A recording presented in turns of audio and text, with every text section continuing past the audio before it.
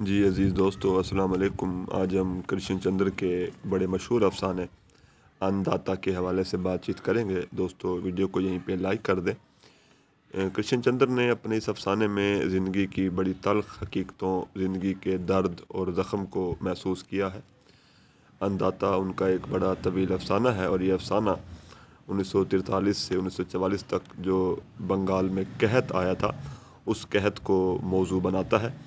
اس قحط کے بارے میں یہ کہا جاتا ہے کہ یہ قحط قدرت کی طرف سے نہیں تھا، بلکہ اس کے پیچھے جو بدیسی آقا تھے اور ان کے جو مقامی کارندے تھے، ان کی لوٹ کھسوٹ سازش اور ان کی لوٹ مار کا جو عمل تھا وہ اس قحط کے پیچھے کار فرما تھا۔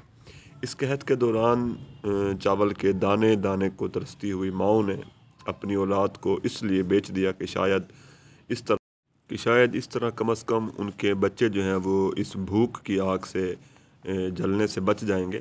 اور بھوک کی اس آگ نے عورتوں کی عزت کو اور مردوں کی غیرت تک کو نیلام کر دیا تھا۔ بنگال کی سرزمین پر بھوک کا جو رقص تھا وہ بڑی دیر تک جاری رہا۔ بنگال کی سرزمین جسے قدرت نے تو بڑا زرخیز بنایا تھا اور محنت کشوں نے اپنی محنت سے اسے گل و گلزار کر دیا تھا، مگر لوٹ کھسوٹ کے اس ظالمانہ نظام نے اس زمین کو بھوک کا صحرا جو ہے وہ بنا دیا تھا۔ کرشن چندر نے اس لازوال افسانے میں یہ سارے حالات اور واقعات بیان کیے ہیں، مگر بعض حضرات اس افسانے پر پھبتی کستے ہوئے کہتے ہیں کہ یہ صحافیانہ رپورٹنگ کے علاوہ کچھ نہیں ہے۔ یہ الزام لگانے والے وہ حضرات ہیں جو بڑی معصومیت سے کہتے ہیں کہ اگر کھانے کو کچھ نہیں ملتا تو بھوک مٹانے کے لیے بسکٹ کیوں نہیں کھا لیتے۔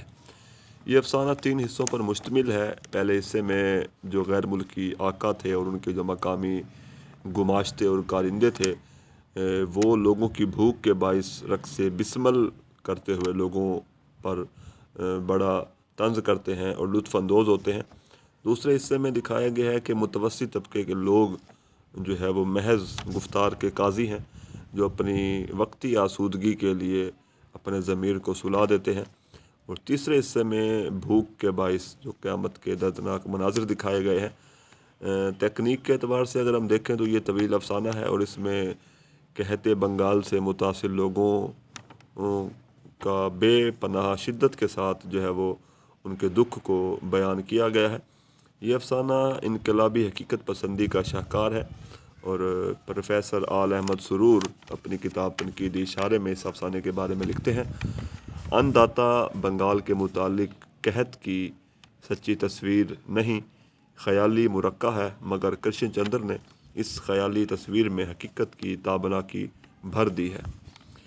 ممتاز احمد اپنے ایک مضمون ناول اور افسانے میں اس افسانے کے بارے میں لکھتے ہیں: اردو ادب میں طویل افسانے صرف کرشن چندر نے ہی اچھے لکھے ہیں، لیکن ان داتا کو میں ایک طویل مختصر افسانہ نہیں سمجھتا، کیونکہ ان داتا رپورتاج، ڈرامہ اور افسانے کی ملی جلی شکل ہے۔ کچھ لوگ اسے فینٹیسی بھی بتاتے ہیں، لیکن یہ بھی ٹھیک معلوم نہیں ہوتا۔ اس کا حسن اس کی تاثیر آفرینی میں ہے، اور اس موقع پر کرشن چندر ایک بالکل نیا تجربہ کیا ہے، اور اس قسم کے تجربات وہی ادیب کر سکتا ہے جو تکنیک کو ایک تخلیقی اسلوب سے زیادہ اہمیت نہ دیتا ہو۔